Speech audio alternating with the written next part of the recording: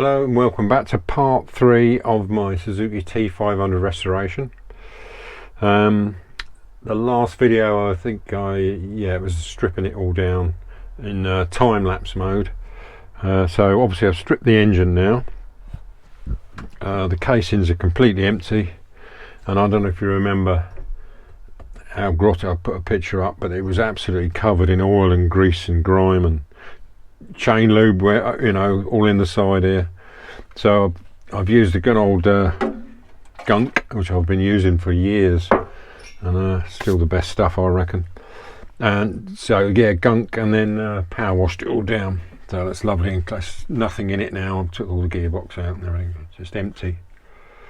But yeah, it looks lovely and clean now, all ready for vapor blasting, which will be the next stage. I noticed here, let's see if I can go a bit closer to the camera. This is a good thing. These two lines mean these are a matching pair of casings. If those two lines line up, Suzuki did that with a lot of their models. My GT750 is the same. If the two lines match up, they are a matching pair of casings, so that's good. On the whole, these casings are in good condition. There's one or two threads I need to sort out, but not too bad at all. So that's all good. This gear selector shaft isn't brilliant. The spline is a bit worn out, to be honest. It might be usable again. It's not that good. I don't know if you can see them. It's not worth showing you really, but I've got another engine down there with another one, so I'm hoping that one, I haven't looked yet, but if that one's good, I should be putting that one in instead. Gearbox is good, which is what I thought would be the case really, because this engine was, I said in one of my previous videos, the gearbox is completely rebuilt back in 1979. I know that's a long time ago, but it was done by a dealer, and they replaced all the gears. In fact, I'll show you a picture, because I know the previous owner of this bike, which I've said before in the other videos. He still had the gear that had broken up. I think it was that one, which I'll show you a picture of now. And unfortunately it has marked the casing inside a bit, but it's not a problem. It ain't going to affect anything. It's still okay. But you can see where the gear has broken up and sort of jangled around inside the casing. But as I said, that doesn't really matter. It's not going to interfere with anything. But all these gears back in 1979 were replaced. The shaft was replaced, and this shaft was replaced. So everything here was new then, but it hasn't done many miles. I think it's about 7,000 or 8,000 since, and they're still all good. There's no marks. No, the dogs are all good. These get worn out, obviously they jump out of gear, but I've checked them all, they're all looking good, so that's good news. These were replaced as well, the selector forks, and they're all good. If they're bad, they get the sort of wear on there where the pressure was, where they're constantly touching, and it wears them all out, but they're all good, so that's good. Yeah, so it's coming on. So as I said, it's ready for vapor blasting now. I wanted to clean it all down, so that when I take it to the vapor blasters, they haven't got to do all that, and cost even more, I suppose, for them to clean it all down first. I don't think they can just chuck it in and cover it all in grease. I think it needs to be clean, which they are. The barrel's all cleaned. Yeah, so the crankshaft is there. That's all good. Well, I say all good, it's all good to go, as it were. Yeah, these are different actually to what I expected. The bearings are quite, these are heavy old crank. Yeah, the bearings are still seem alright, but obviously I'll replace them all, and I'll get the crank reconditioned at Grampian Motors. But yeah, so that's all ready to go.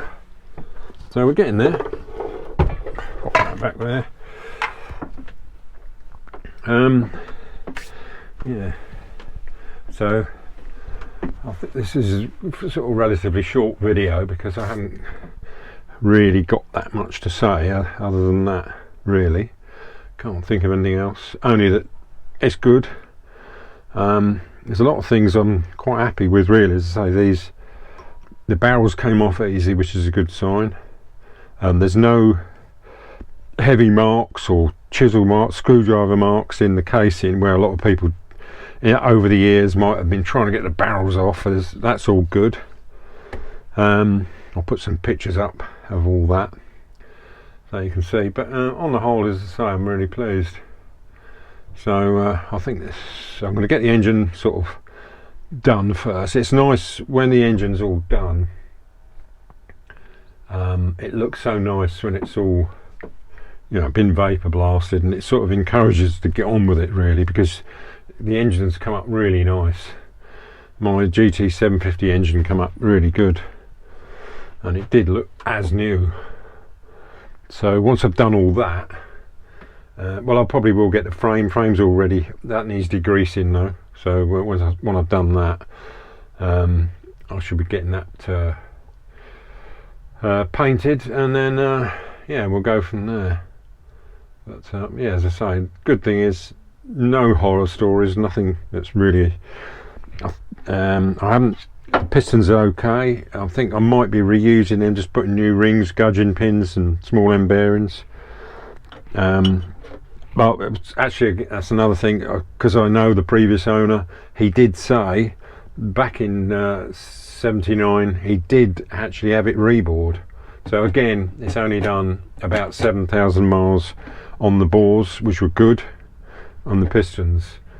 So, you know, I will be measuring them all up, make sure they're in tolerance, but providing they are, I'll just put new rings on, because it's 1 mil oversized now.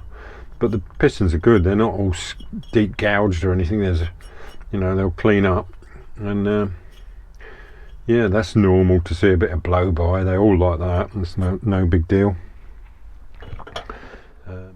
There's only one other thing I will say is I did do a little video when I was undoing these screws. I will put that up in a bit, but it's these on the gear selector drum mechanism, which goes in here, and you've got these plates that sort of sits like that. These screws are a nightmare to get out. They're usually Loctited in, but yeah, just a little tip on how to get them out. I mean, if you've got an impact screwdriver, that's obviously a good thing, but you know, I've got one, but it's at work. But there's just a little tip to show you how to get them out if you haven't got an impact screwdriver. It does the same job basically, it's just an impact, just the same. So anyway, I'll post that video so you can see it. And it's the same with the this that goes on the output shaft, goes through here, and you've got the sprocket here and this plate, and with the oil sealing, these screws again can be really tight. Okay, so this is just a little tip for getting these screws out. Very often these get chewed up over the years, and the best way to do it, if you haven't got an impact driver, you can sort of replicate it by hitting the top of it like so. Now, I've already hit this a few times before I started videoing, but basically you do that, give it a good donk, and then a good fitting screwdriver will then actually hammer in so it sort of brings it back into shape, and then that's it, it comes undone quite easy. You know, that's how I've got them out. Yeah, so that's it. I think I can't think of anything else, so I'll sign off for now, and thanks for watching, and I'll see you in part 4.